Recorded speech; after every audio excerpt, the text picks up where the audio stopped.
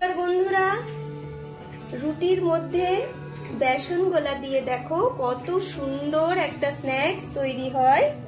তোমরা চটপটা এই স্ন্যাক্সটা বাড়িতে বানিয়ে নিতে পারো। খুবই সুস্বাদু একটা স্ন্যাক্স, অল্প সামগ্রী দিয়ে এটা কিন্তু তোমরা বাড়িতে বানিয়ে নিতে পারো। খুব সুন্দর একটা স্ন্যাক্সের রেসিপি নিয়ে তোমাদের সামনে আজকে আমি হাজির হয়েছি।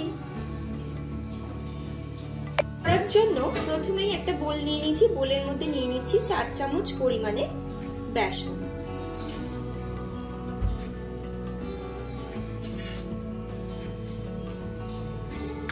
তাতে দিয়ে দিচ্ছি অল্প পরিমাণে নুন, অল্প পরিমাণে হলুদের গুঁড়ো আর সামান্য একটু তেল।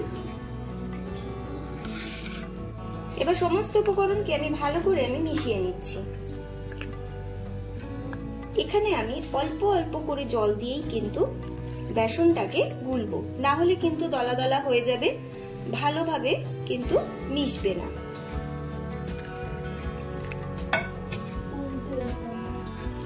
এবার একটা বোল নিয়ে নিয়েছি। বোলের মধ্যে দিয়ে দিচ্ছি গ্রেট করা আলু,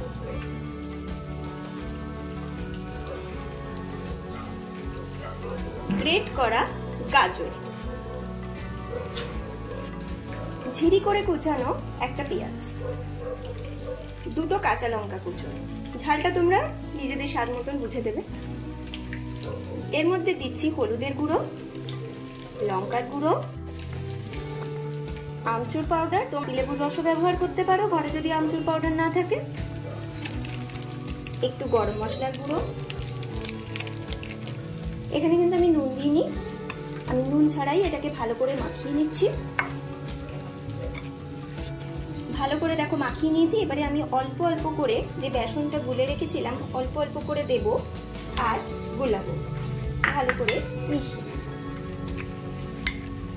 একসাথে সব দেব না।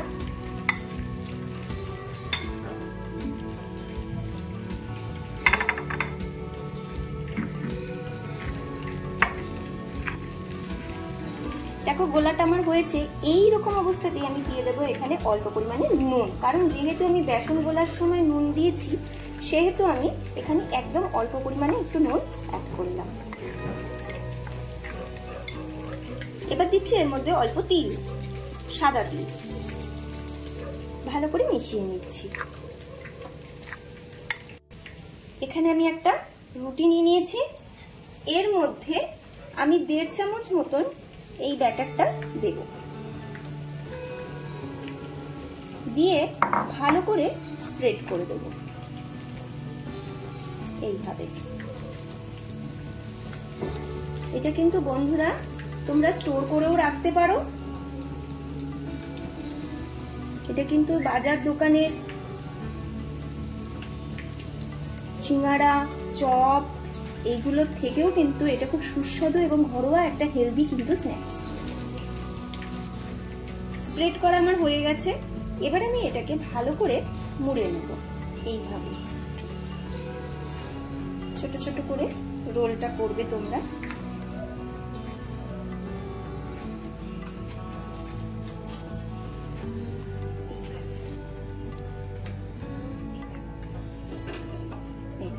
এইরকম ভাবে তোমরা রোলটা কিন্তু বানিয়ে নেবে। আরেকটাও আমি এই একইভাবে বানিয়ে নিচ্ছি। কড়াইতে আমি জল নিয়ে নিয়েছি, একটা স্ট্যান্ড বসিয়ে দিয়েছি, বেশ হালকা হালকা গরম হয়ে এসছে। এখানে আমি একটা ঝাঁঝরি থালা নিয়েছি।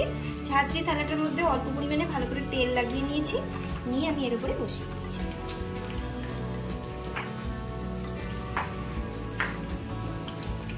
এবারে আমি রুটির মধ্যে বেসনের পুর ভরা রোলটাকে একে একে এর মধ্যে সাজিয়ে দিচ্ছি।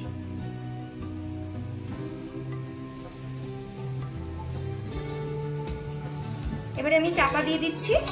এটা স্টিমে পুরো সিদ্ধ হয়ে যাবে ভেতরের বেসনটা। দেখো কিছুক্ষণ পরে চলে এসেছি। এবার ঢাকনাটা তুলে দেখবো এটা কতটা ফাঁপা হয়েছে। দেখা যাক। দেখো ছুরির গায়ে কিন্তু একটুও লাগেনি, তার মানে কিন্তু এটা ভেতরটা পুরোটা কিন্তু ফেপে গেছে। রুটিটাকে কিন্তু ভালো করে ঠান্ডা করে নিতে হবে। এবারে আমি ছুরির সাহায্যে দেখো এরকম ভাবে কেটে নিচ্ছি। এরকম ভাবে দেখো আমি পিস পিস করে কেটে নিচ্ছি। তেল আমার গরম হয়ে গেছে, এবার এই পিসগুলোকে আমি ভেজে নিই।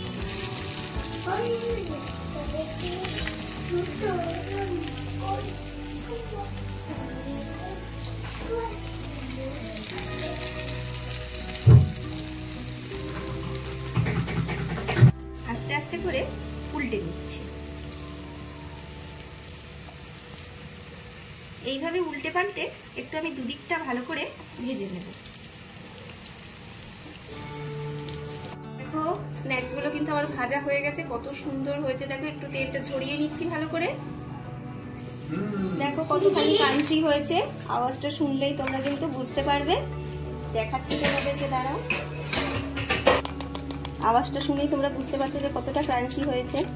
দেখো দেখো কতটা ক্রাঞ্চি হয়েছে, তোমরা আওয়াজটা শুনতেই পাচ্ছ। দেখো কত সুন্দর হয়েছে কুড়মুড়ে। এটা কিন্তু দারুণ একটা স্ন্যাক্স, তোমরা কিন্তু বাড়িতে বানিয়ে কিন্তু সবাই খেয়ে ট্রাই করে দেখতে পারো। এটা কিন্তু দারুণ টেস্টি কিন্তু একটা স্ন্যাক্স। আমি এটা সসের সাথে সার্ভ করে নিয়েছি গরম গরম। এটা কিন্তু গরম গরমই কিন্তু দারুণ টেস্টি লাগে। তোমরা অবশ্যই কিন্তু এটা বাড়িতে ট্রাই করবে, আর অবশ্যই আমাকে কমেন্টে জানাবে যে আমার এই রেসিপিটা তোমাদের কিরকম লেগেছে। লাইক করবে, শেয়ার করবে। আজকের জন্য বন্ধুরা এখানেই শেষ করছি। টাটা।